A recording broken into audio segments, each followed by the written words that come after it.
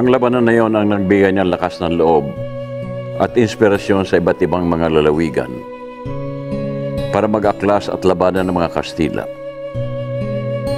Pero hindi lahat ng labanan ay naging tagumpay. Dahil sa kakulangan ng mga armas, dumating ang panahon na pinakamasakit para sa Supremo. Buhay. Buhay ng mga Katipunero naging kabayaran para sa kalayaan ng bayan.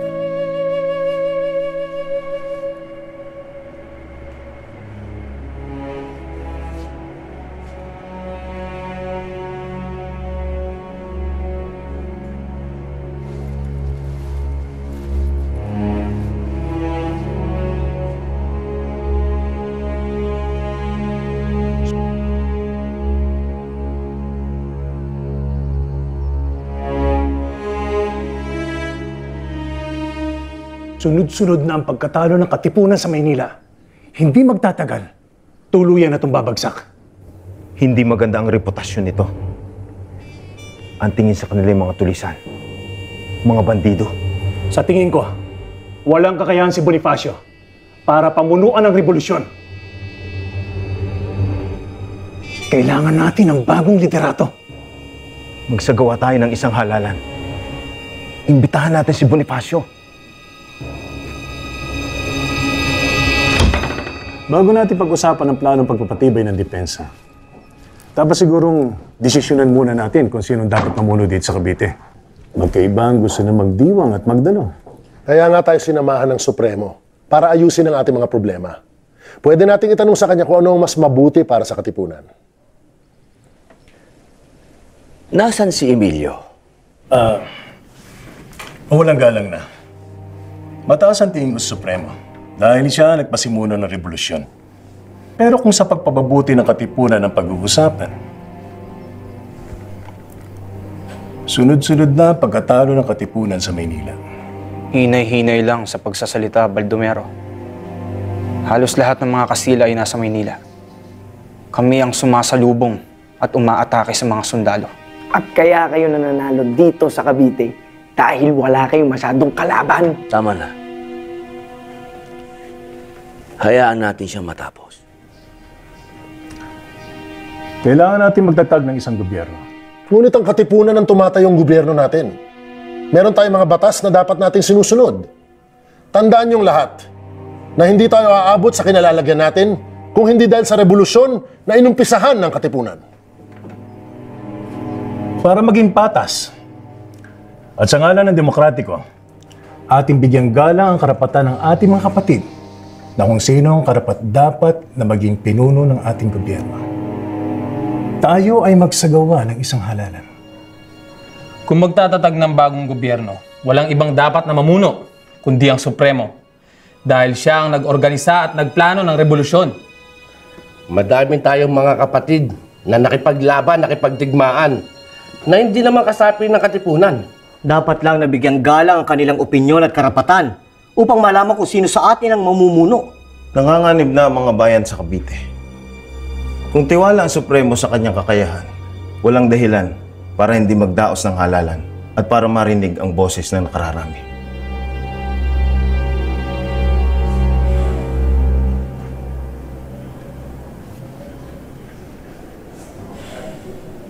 At ang nanalo bilang presidente, si Emilio Aguinaldo.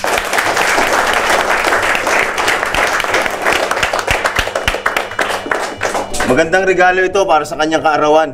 Dahil si Andres ang nakakuha ng pangalawang pinakamaraming boto, marapat lang na siyang italagang pangalawang presidente. Kailangan marinig ang boses ng karamihan. Sumasang-ayon ba kayo na si Andres na ang maging pangalawang presidente? Sangayon ako. Hindi sapat ang mga sumasang-ayon. Kinakailangan magsagawa tayong muli ng isa pang halalan.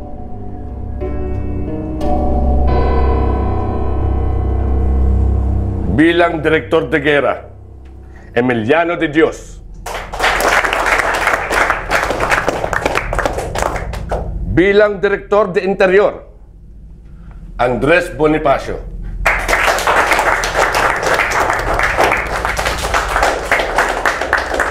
Saglit lamang. Hindi maaaring hawakan ng isang hindi nakapagtapos ng abogasya ang posisyong ito. Alam naman nating lahat na si Andres Bonifacio ay hindi nakapagtapos. Ano sa tingin ninyo? Magagampanan ba ito ng isang taong walang pinag-aralan? Tirona! Kanina mo pa ako iniinsulto! Hinahamon mo ba ako? Halika magduelo tayo! Supremo! Ha? Supremo, wag! Huwag mong gagawin yan! Andres, wag.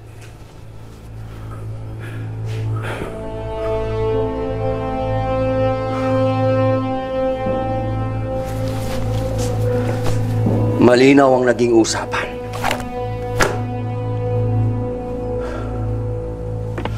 Nagkasundo tayo na gagalangin natin ang kalalabasan ng halalang ito. Pero kayo na rin ang sumira ng usapan. Bilang Supremo ng Katipunan,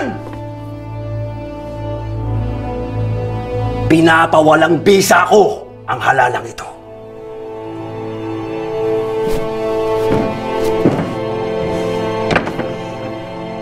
Hindi ko itinataya ang buhay ko para magkaganito tayo.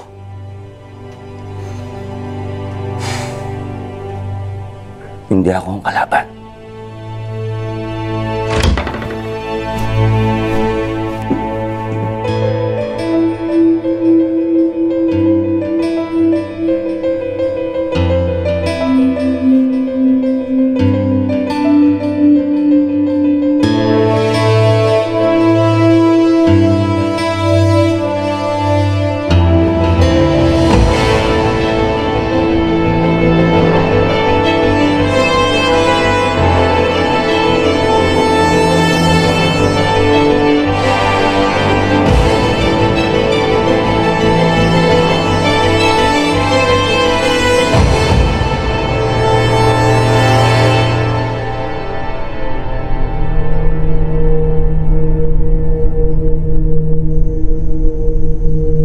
Dahil sa di pagsunod sa atin ni Bonifacio, ay baka maging simula ito ng paghiwalay sa ating hanay.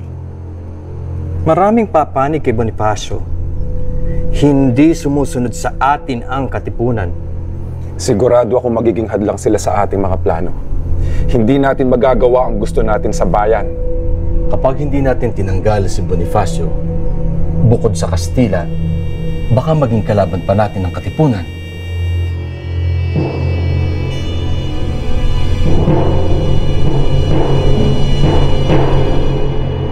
Dakpin, si Andres Bonifacio.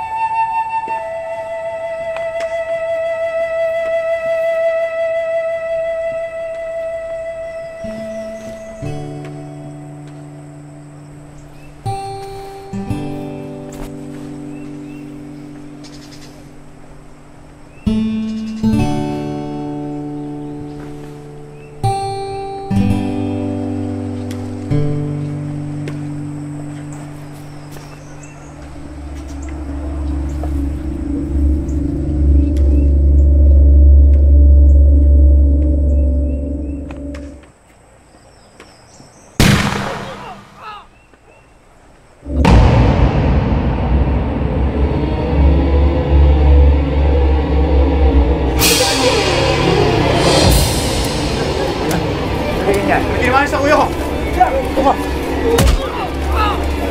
Ano yan? Ano?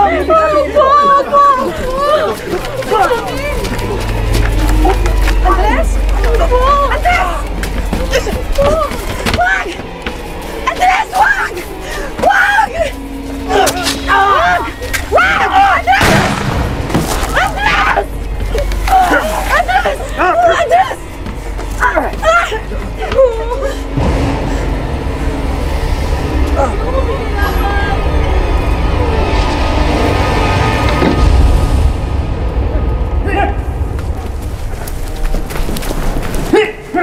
Napatunayan ng hukumang ito ng walang pag-alinlangan na ikaw, Procopio Bonifacio at Andres Bonifacio ay nagbalak na pabagsakin ang pamahalaan, paslangin ang presidente at magdeklara ng himagsikan laban sa pamahalaan. Kayo ay hinahatulan ng parusang naaayon sa inyong mga kasalanan.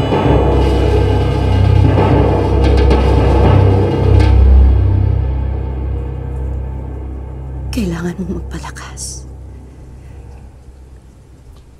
Hinihintay ka na ng mga kasamahan natin. Sabihin mo sa kanila, tuloy ang laban.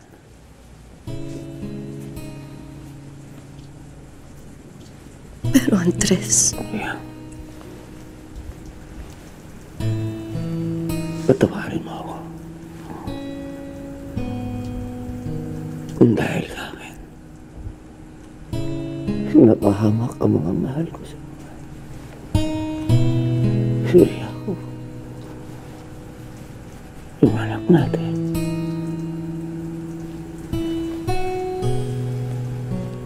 Huwag kang magsalita ng ganyan. Pati ikaw. Wala kang kasalanan. Wala kang kasalanan.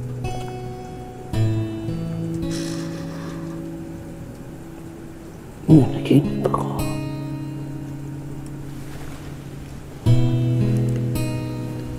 Ano na panaginipan mo, mahal ko? Naninirahan daw tayo sa isang bayang malaya. Mga tao'y nabubuhay ng maligaya at tahimik. Nagkakaisa. Sandaling panahon na lang. Matutupad ng iyong mga pangarap. Lahat ng iyong sinimulan at pinaglaban.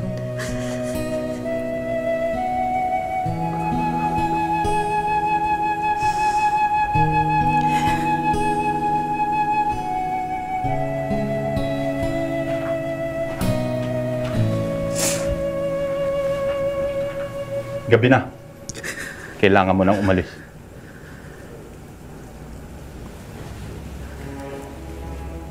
Mahal ko. Hintayin mo ako.